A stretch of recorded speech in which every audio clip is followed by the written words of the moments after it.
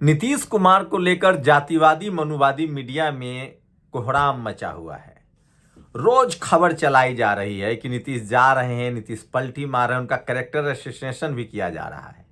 ऐसा लग रहा है जैसे नीतीश कुमार पहली बार गठबंधन अगर बदलेंगे भी तो पहली बार बदलेंगे। इससे पहले तो इस देश में किसी सवर्ण नेता ने कभी पार्टी ही नहीं बदली, लगता तो ऐसे ही। लेकिन सोचिए, आप जब देखेंगे तो इस देश में कांग्रेस और बीजेपी, आधे नेता जब बीजेपी के सत्ता में होते हैं तो बीजेपी सत्ता में होती है तो कांग्रेस के चले आते हैं, कांग्रेस वाले जब सत्ता में होती है तो बीजेपी से चले जाते हैं। लेकिन बदनाम तो सिर्फ बहुजन नेता होते हैं। खैर छोड़िए, इससे आगे की बात बता रहा हूं। क्या आरजेडी ने अपने सवर्ण समाज से आने वाले एमएलसी को हटा दिया है? और वहीं सबसे बड़ी खबर आ रही है, नीतीश कुमार और कांग्रेस के बीच क्या बातचीत हुई है। आखिर नीतीश कुमार अकेले क्यों गए? आपको पता है, तेजस्वी यादव ने कहा था कि नीतीश कुमार 4-5 नेताओं से घिरे हुए हैं, जिसमें ललन सिंह है, संजय झा हैं, देवेश चंद्र ठाकुर हैं, लवली आनंद है। ये सारे के सारे सवर्ण नेता हैं। बिहार में उनके साथ साय की तरह रहने वाले हैं विजय चौधरी, जो भी सवर्ण हैं और वो विधानसभा के स्पीकर भी हैं। लेकिन इस बार नीतीश कुमार ने अद्भुत किया। नीतीश कुमार पूर्व प्रधानमंत्री मनमोहन सिंह के यहां जब गए तो उनके साथ कोई नहीं था। क्या है इसका राजनीतिक मतलब? नमस्कार, मैं शंभू कुमार सिंह और आप देख रहे हैं नेशनल दस्तक। नीतीश कुमार ने आगे की लकीर खींच दी है। सबसे बड़ा खुलासा हुआ है, नीतीश कुमार जब मनमोहन सिंह के यहां गए तो उनके साथ उनके कोई वैसे नेता नहीं थे जो सवर्ण समाज से आते हैं। खासकर संजय झा भी नहीं थे, ललन सिंह भी नहीं थे, देवेश चंद्र ठाकुर भी नहीं थे, लवली आनंद भी नहीं थे। सवाल है कि दिल्ली से नीतीश कुमार वापस अकेले ही लौटे और दिल्ली भी अकेले आए थे। सोचिए, इसके पीछे का क्या राज हो सकता है। इसका मतलब है कि कुछ बात तो हो रही है। वहीं एक सवर्ण एमएलसी थे जो लगातार नीतीश कुमार की मिमिक्री करते थे। वहीं लगातार आरजेडी के जो सवर्ण सांसद हैं सुधाकर सिंह, मुझे तो लगता है कि ये भी स्लीपर सेल के आदमी हैं, दिन रात नीतीश कुमार पर हमलावर रहते हैं। लेकिन तेजस्वी यादव ने अब साफ साफ कहा है कि अभी भी लड़ाई बचानी है, देश बचाना है, सोशल जस्टिस को बचाना है, आरएसएस बीजेपी को दूर रखना है, तो नीतीश कुमार को आना चाहिए। लेकिन सोचिए, इस देश में आरएसएस के स्लीपर सेल कैसे काम करता है। ये स्लीपर सेल का कंसेप्ट आया था कांग्रेस से कि कांग्रेस में बीजेपी का स्लीपर सेल काम करता है, आरएसएस का स्लीपर सेल काम करता है।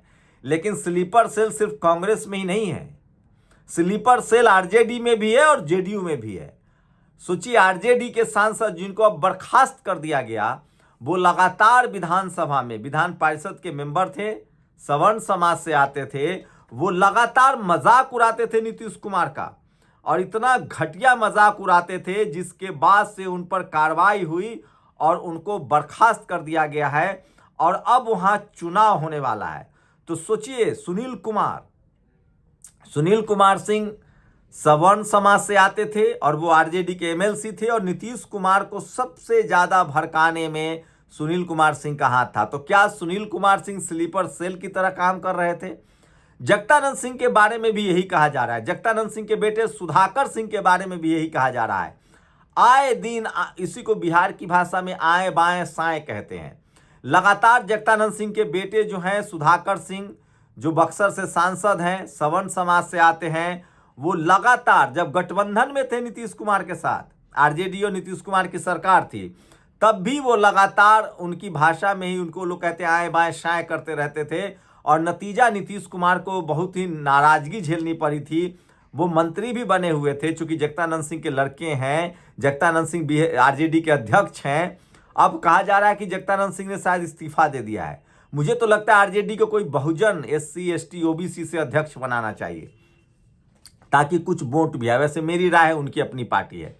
तो तमाम दोनों आरजेडी के सवर्ण हो या जेडीयू के सवर्ण नेता हो, वो चाहते नहीं है कि ये लोग मिले। और ये बात अब तेजस्वी यादव और नीतीश कुमार दोनों भांप गए हैं।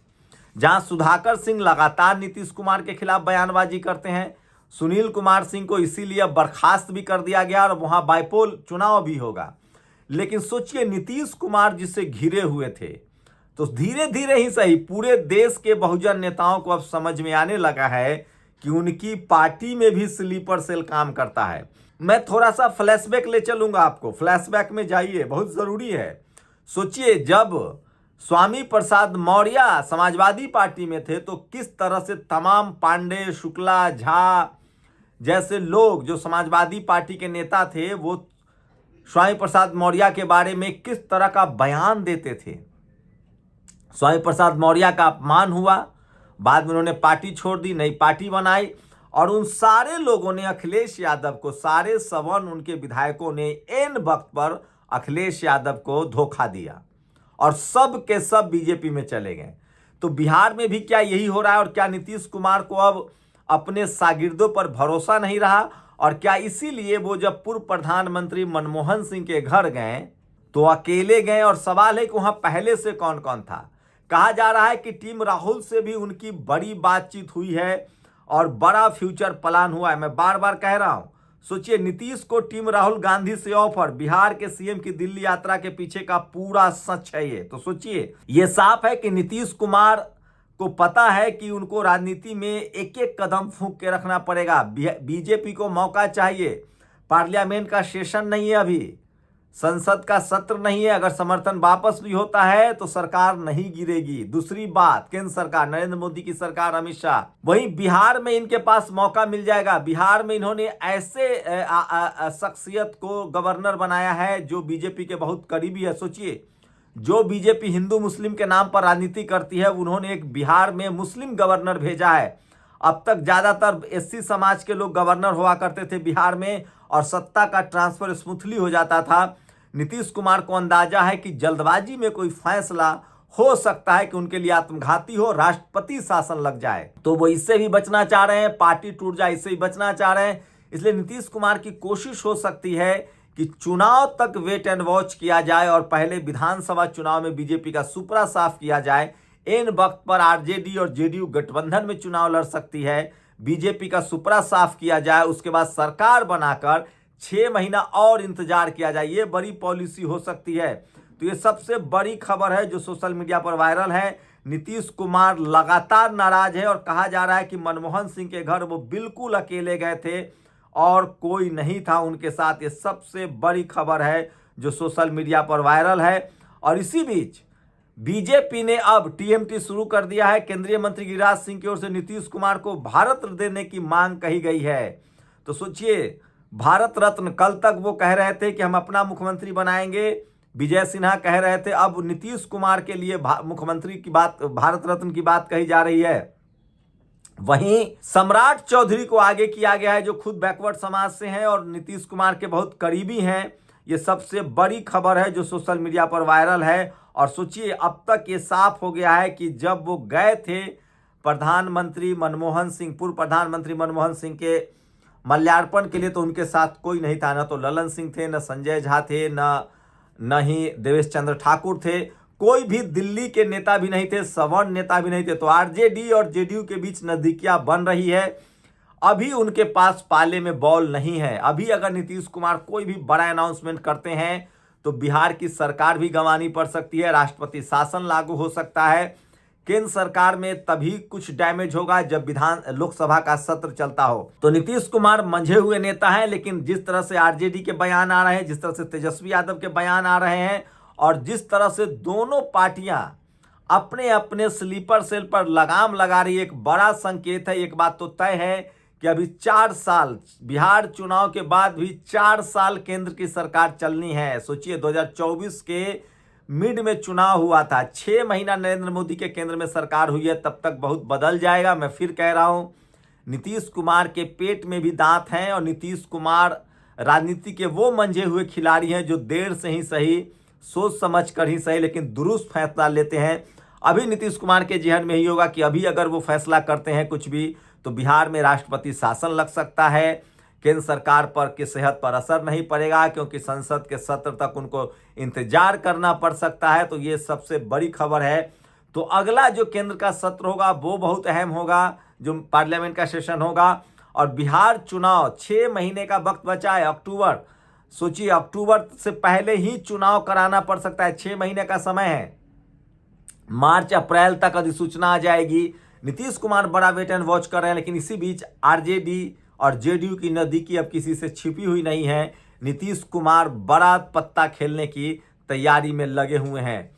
तो ये सबसे बड़ी खबर है। लेकिन मैं फिर कह रहा हूं, टीवी अखबार की लगातार कोशिश है कि पहले नीतीश कुमार को मनाया जाए या फिर उनको बदनाम किया जाए। अभी लगातार जिस तरह से छात्रों पर लाठीचार्ज हुआ, जिस तरह से लगातार क्राइम बढ़ रहा है, नीतीश कुमार के खिलाफ रिपोर्टिंग हो रही है, इससे तो लग रहा है कि नीतीश कुमार ने शायद मंसूबा बना लिया है और 2025 के विधानसभा चुनाव में अगर आरजेडी और नीतीश कुमार एक साथ लड़े तो आपको कोई हैरानी नहीं होगी। चिराग पासवान का भी फैक्टर है, कोई बड़ी सहमति बन सकती है।